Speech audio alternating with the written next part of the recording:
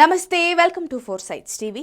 MLC ఎన్నికలు దగ్గర పడుతున్నప్పటి నుంచి రాష్ట్ర రాజకీయాలు వేడెక్కుతున్నాయి.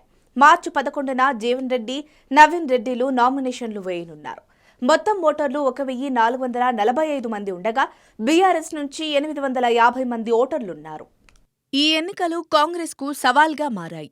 దీంతో కాంగ్రెస్ పార్టీ ఆపరేషన్ ఆకర్ష్ను అమలు చేయాలని చూస్తోంది.